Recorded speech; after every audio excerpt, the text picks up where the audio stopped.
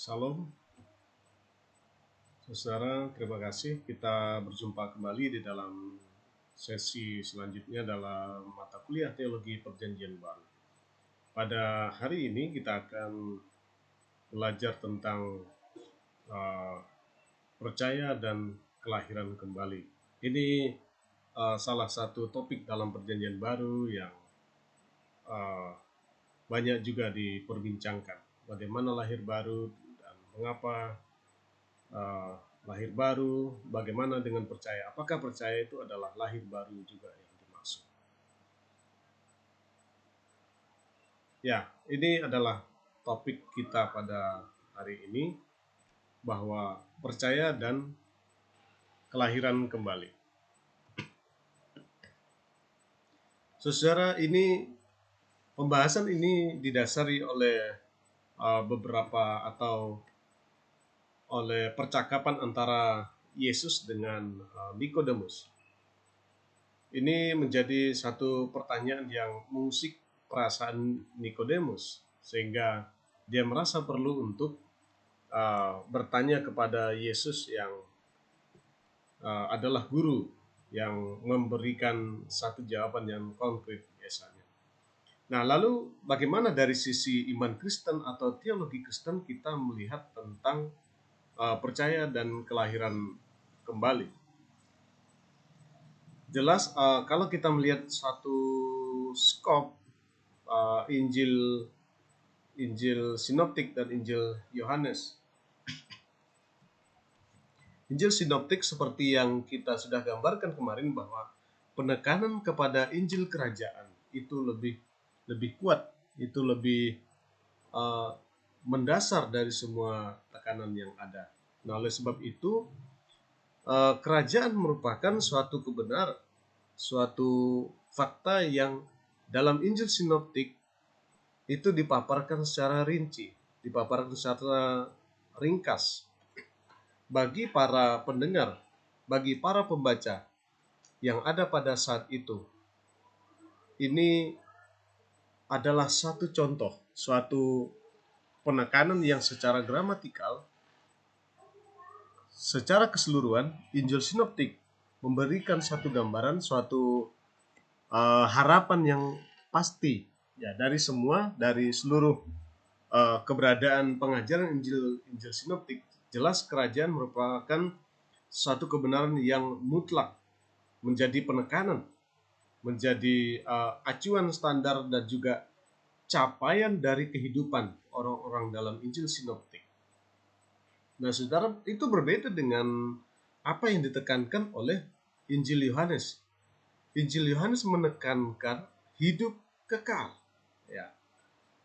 Oleh sebab itu, ada hal yang menarik antara diskusi dalam Yohanes. Apakah masyarakat atau pendengar dalam Injil Yohanes menginginkan satu kerajaan atau menginginkan satu kehidupan yang kekal yang diajarkan oleh Yohanes? Nah, dalam percakapan dengan Nikodemus, kemudian muncul satu pertanyaan dalam pasal 3 ayat 3 dalam Yohanes. Ini dijelaskan kepada kita bahwa Injil Yohanes berkata dalam pasal 3, "Aku berkata kepadamu, sesungguhnya jika seseorang tidak dilahirkan kembali, ia tidak dapat melihat kerajaan Allah." Nah, tampak dalam tulisan catatan Yohanes bahwa lahir kembali merupakan satu syarat untuk melihat kerajaan Allah. Ya. Ini tampak merupakan syarat bagi orang-orang yang dalam kerajaan Allah tersebut.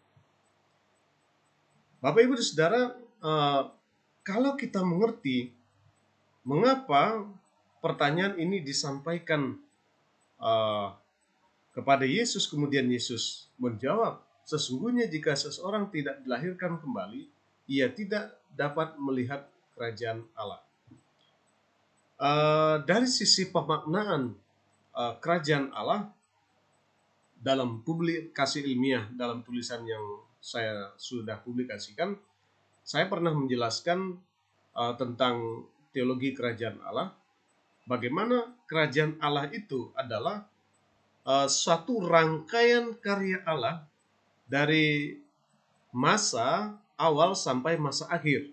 Ini disebut sebagai kerajaan Allah. Sehingga kalau kita melihat kerajaan Allah semata pada kondisi di mana bangsa itu berada pada saat ini saja, maka itu memberikan satu gambaran yang tidak lengkap dari seluruh program Allah.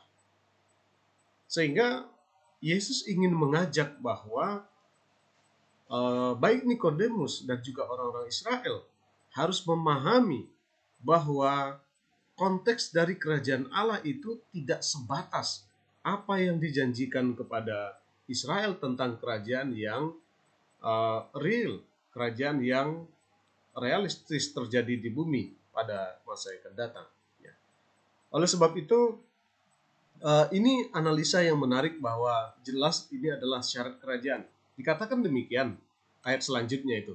Tadi kita sudah membaca ayat 3, sekarang ayat 5, 6, dan 7 dikatakan demikian.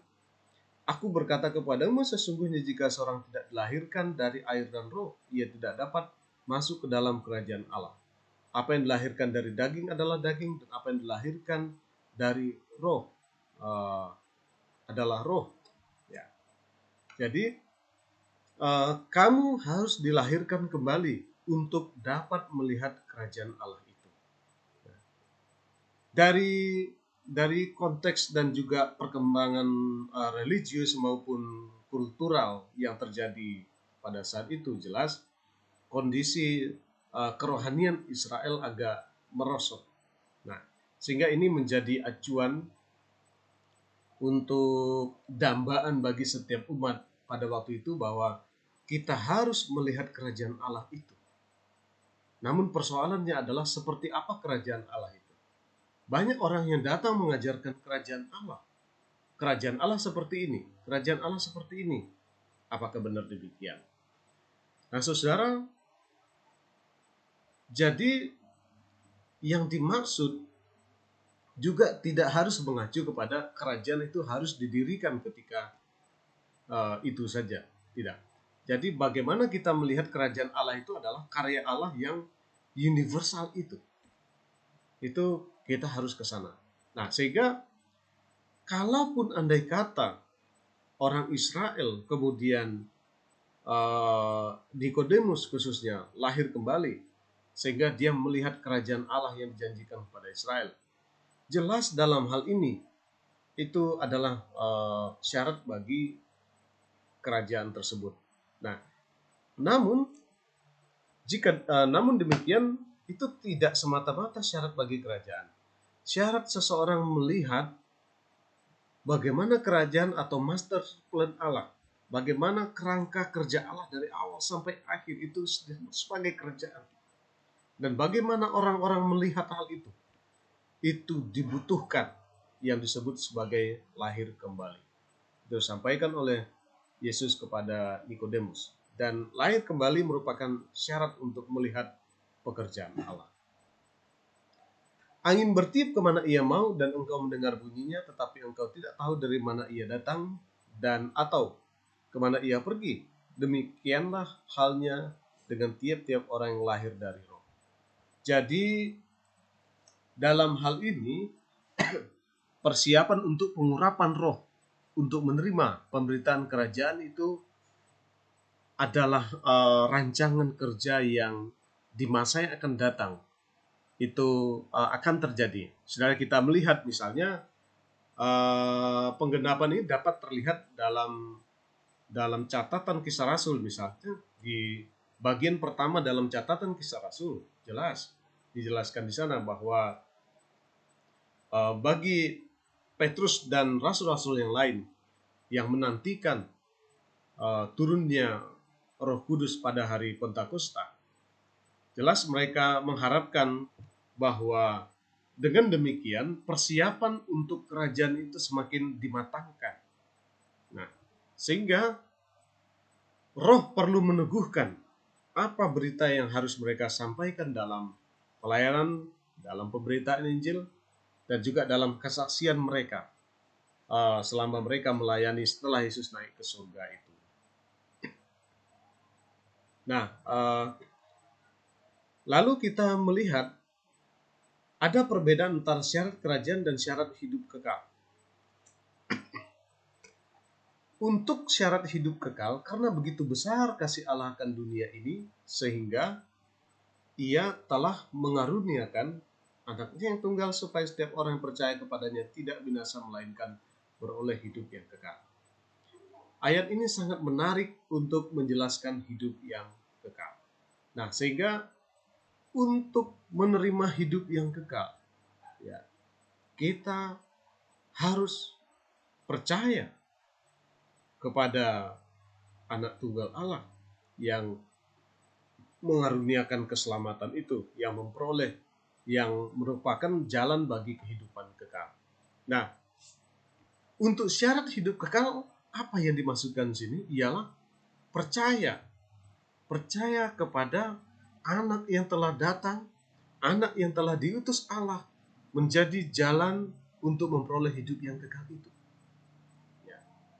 Oleh sebab itu, saya kira kata Yunani pisteo, yaitu percaya, itu lebih ditekankan oleh Rasul Paulus. Ya. Dan tampaknya dalam terminologi Paulus lebih menekankan bahwa ketika orang percaya, pemberian citra baru itu dilakukan oleh Roh Kudus, citra baru. Apakah ini adalah kelahiran baru? Itu menjadi perdebatan yang mungkin juga menjadi bahan diskusi. Namun kita harus mengkaji bahwa dari sisi dispensasional, bahwa pekerjaan Allah terlaksana ketika Roh Kudus memeteraikan seorang percaya. Dan apakah syarat yang ditetapkan oleh atau diucapkan oleh Yesus di dalam Yohanes pasal 3 ayat 3 kepada Nikodemus, apakah itu syarat bagi orang percaya untuk diselamatkan dan menerima Kristus? Sebab bagaimana dengan Roma yang dikatakan oleh Paulus, ya, jika mengaku dengan mulut, percaya dalam hati bahwa Yesus adalah Tuhan, maka engkau akan diselamatkan. Jadi kita tahu bahwa ini adalah pekerjaan Roh Kudus bagi orang percaya yang memperoleh hidup yang kekal. Ketika dia percaya, maka Roh Kudus yang bekerja, yang memeteraikan keselamatannya itu, dan memberikan citra baru yang memungkinkan seseorang untuk hidup dalam roh. Ya. Nah, saudara yang dikasihi Tuhan, yang jelas syarat untuk hidup kekal ialah percaya. Saya sudah menyampaikan tentang judul pembahasan kita pada hari ini, yaitu percaya dan kelahiran baru. Nah, syarat untuk hidup kekal adalah percaya, bukan yang lain. Kalau kita sudah percaya, maka Roh Kudus akan bekerja memeteraikan, dan jelas Roh Kudus akan memberikan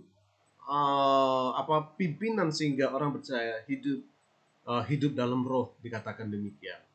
Nah, Bapak Ibu sekalian, saudara-saudara, bahwa hidup yang kekal diperoleh dengan percaya.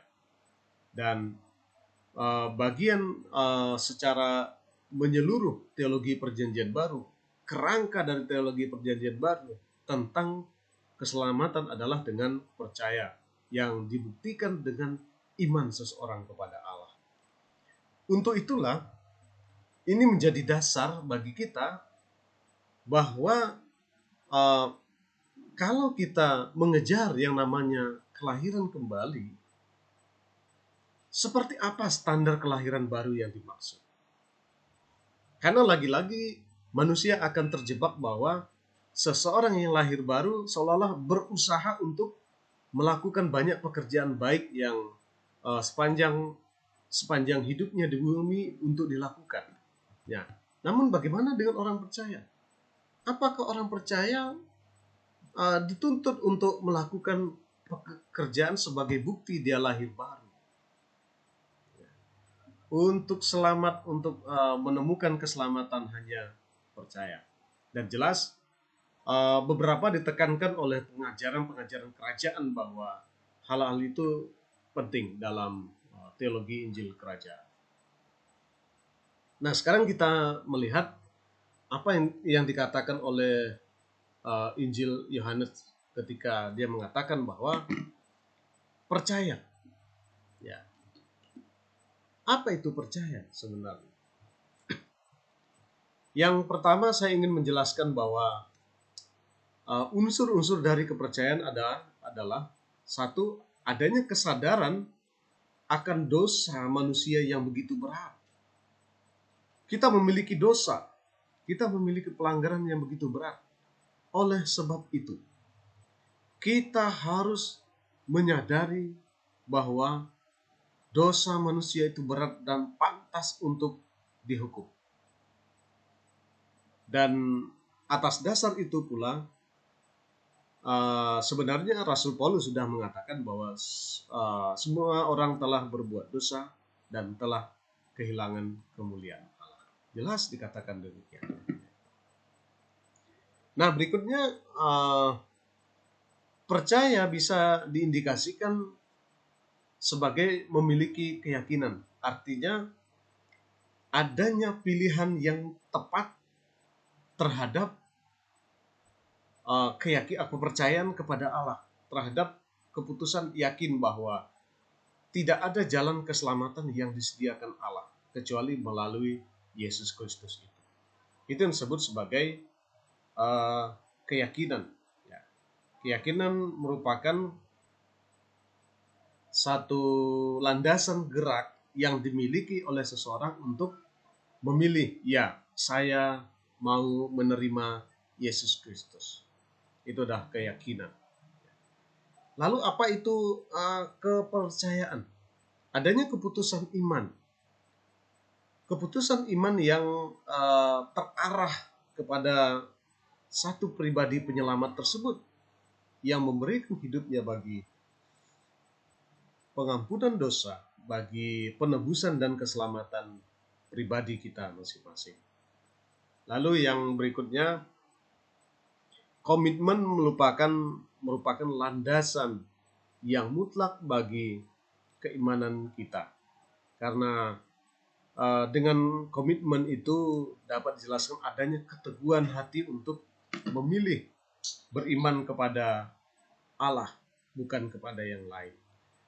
Beriman kepada Allah itu hanya dapat dibuktikan dengan keteguhan hati, bukan dengan cara-cara lain dalam beriman. Ya. Jadi melalui komitmen, keteguhan hati itu dapat ditegakkan. Ya. Jadi ketika sekalipun ada ancaman, sekalipun ada kesulitan, ada kendala-kendala iman, maka komitmen ini tidak akan goyah. Itu yang dikatakan oleh Alkitab bahwa berdirilah teguh, jangan goyah, bahkan jangan menyimpang atau berpaling atau berbalik. Itu adalah komponen dari maksud percaya tersebut. Ya. Nah, kita juga melihat bahwa bagaimana percaya, kita harus melihat bahwa antara percaya dan tidak percaya, terang itu adalah sangat penting. Dalam bagian ini, saya ingin kita melihat gambaran bahwa ketika manusia berdosa, dia akan memutuskan apakah dia akan memutuskan untuk percaya ataukah dia memutuskan untuk tidak percaya. Kalau dia tidak percaya, maka dia tetap di dalam ini. Ya, coba dibaca bagian ini adalah gelap. Kemudian bagian sananya itu adalah terang. Ya. Jika seseorang memutuskan untuk percaya, maka dia akan berada di dalam terang. Dan ingat, sekalipun terang tidak diterima oleh manusia, maka terang itu dapat menjadi penghukuman bagi yang tidak percaya. Dan inilah hukuman itu. Terang telah datang ke dalam dunia, tetapi manusia lebih menyukai kegelapan daripada terang. Karena memang perbuatan manusia itu adalah jahat. Dan siapapun berbuat jahat, membenci terang dan tidak datang kepada terang itu. Yesus adalah terang, identitas terang yang dimaksud. Ya. Sehingga dengan seseorang tidak datang kepada Yesus, maka perbuatan-perbuatan di dalam kegelapan menjadi semakin terbukti, menjadi semakin tak terelakkan. Dia semakin melakukan kejahatan. Nah, oleh sebab itu, saya pikir ilustrasi ini jelas manusia pada akhirnya memutuskan dia akan menerima terang itu atau menolak terang itu. Tapi manusia lebih menyukai kegelapan. Itu persoalan manusia. Dan mari kita melihat terang Allah. Nah, seseorang yang menerima terang dan beralih, ini ilustrasinya, manusia beralih kepada terang, maka dia melakukan apa yang benar, apa yang sepatutnya. Jikalau imannya memutuskan, itu yang saya katakan di bagian atas tadi, bahwa keyakinan itu bisa membawa kepada pilihan yang tepat. Ketika seseorang sudah memilih terang, nah perhatikan gambar ilustrasi gambar yang ada di bawah ini, seseorang memilih terang menjadi keyakinan dia, yaitu dia datang kepada pribadi terang itu. Sesungguhnya inilah yang menjadi catatan bagi semua orang bahwa bagian ini jelas bahwa terang merupakan pilihan yang seharusnya dilakukan oleh setiap orang. Berbalik lagi kepada penjelasan tentang keyakinan, ini berhubungan dengan pilihan yang tepat. Seseorang yang memiliki pilihan tepat, dia akan mengubah pilihannya dari gelap kepada terang. Itu adalah standar dari proses dari mengapa seorang percaya, bagaimana seorang percaya. Nah, dan juga dijelaskan seseorang yang memiliki terang, maka hidupnya itu tidak di dalam kegelapan. Terang dan gelap merupakan dua sisi yang tidak terpisahkan, yang tidak dapat disatukan. Sebagai ilustrasi terang ini, ketika terang datang, maka sebetulnya kegelapan tidak ada. Ketika Yesus datang, maka kegelapan itu tidak ada lagi. Yang namanya gelap adalah keadaan tanpa terang. Sehingga ketika terang datang, maka kegelapan itu lenyap. Ya. Berikutnya, air kehidupan merupakan ilustrasi bagaimana seseorang yang memiliki pilihan kepada keyakinan imannya dan keputusan iman menyebabkan hidupnya itu dipuaskan oleh Allah. Dikatakan dalam Nats pasal Yohanes pasal 4 ayat 13-14, barang siapa minum air ini ia akan haus lagi, tetapi barang siapa minum air yang akan kuberikan kepadanya, ia tidak akan haus untuk selama-lamanya. Saudara, ketika yang dimaksud dengan percaya adalah memutuskan untuk menerima air kehidupan itu. Ketika seseorang menjadi percaya, dia memutuskan menerima air kehidupan. Nah, dengan demikian, air kehidupan ini dapat menjadi sumber kehidupan yang tidak pernah putus-putusnya. Dan dikatakan di situ, ia tidak akan haus untuk selama-lamanya. Wow, ini luar biasa. Dia tidak akan haus untuk selama-lamanya. Dan catatan tambahan adalah sebaliknya, ya, itu terus-menerus memancar sampai kepada hidup yang kekal. Ya. Jadi menerima Kristus adalah jalan percaya yang mendatangkan kehidupan yang kekal yang dimaksud. Ya. Nah, saudara, sehingga dengan demikian saya ingin menjelaskan ada satu pengertian yang menarik, yaitu investasi kekal. Jika kita sudah sadar bahwa kita sudah menerima terang, kita sudah minum air kehidupan itu, maka sebagai orang yang percaya, jelas di dalam Yohanes pasal 6 ayat 27 dikatakan, "Bekerjalah bukan untuk makanan yang akan dapat binasa, melainkan untuk makanan yang bertahan sampai kepada hidup yang kekal, yang akan diberikan Anak Manusia kepadamu. Sebab dialah yang disahkan oleh Bapa Allah dengan meterainya."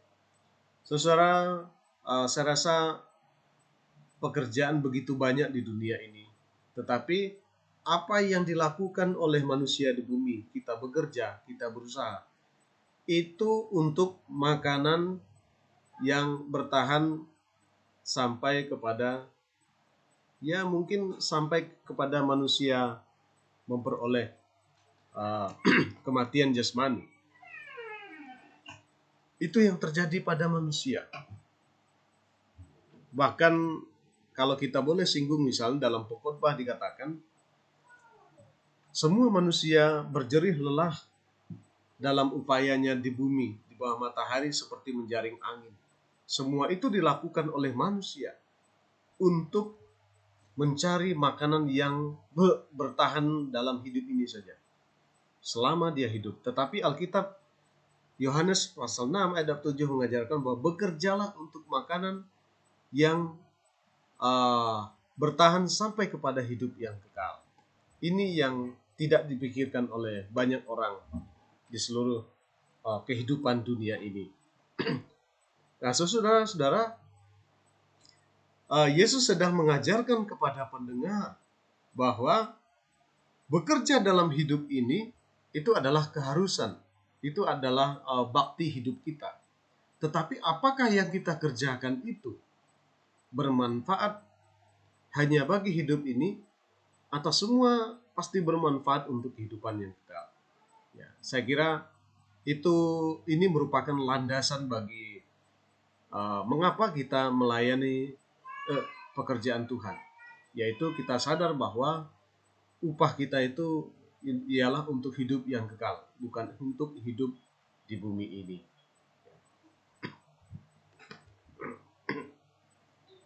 Oke, ini bagian yang terakhir mengenai topik ini bagi kita. Nah, ini percaya adalah sebagai pekerjaan yang dimaksud. Dikatakan dalam ayat 28-29, saya bacakan. Lalu kata mereka kepadanya, apakah yang harus kami perbuat supaya kami mengerjakan pekerjaan yang dikehendaki Allah? Jawab Yesus kepada mereka, inilah pekerjaan yang dikehendaki Allah, yaitu hendaklah kamu percaya kepada Dia yang telah diutus Allah. Ya,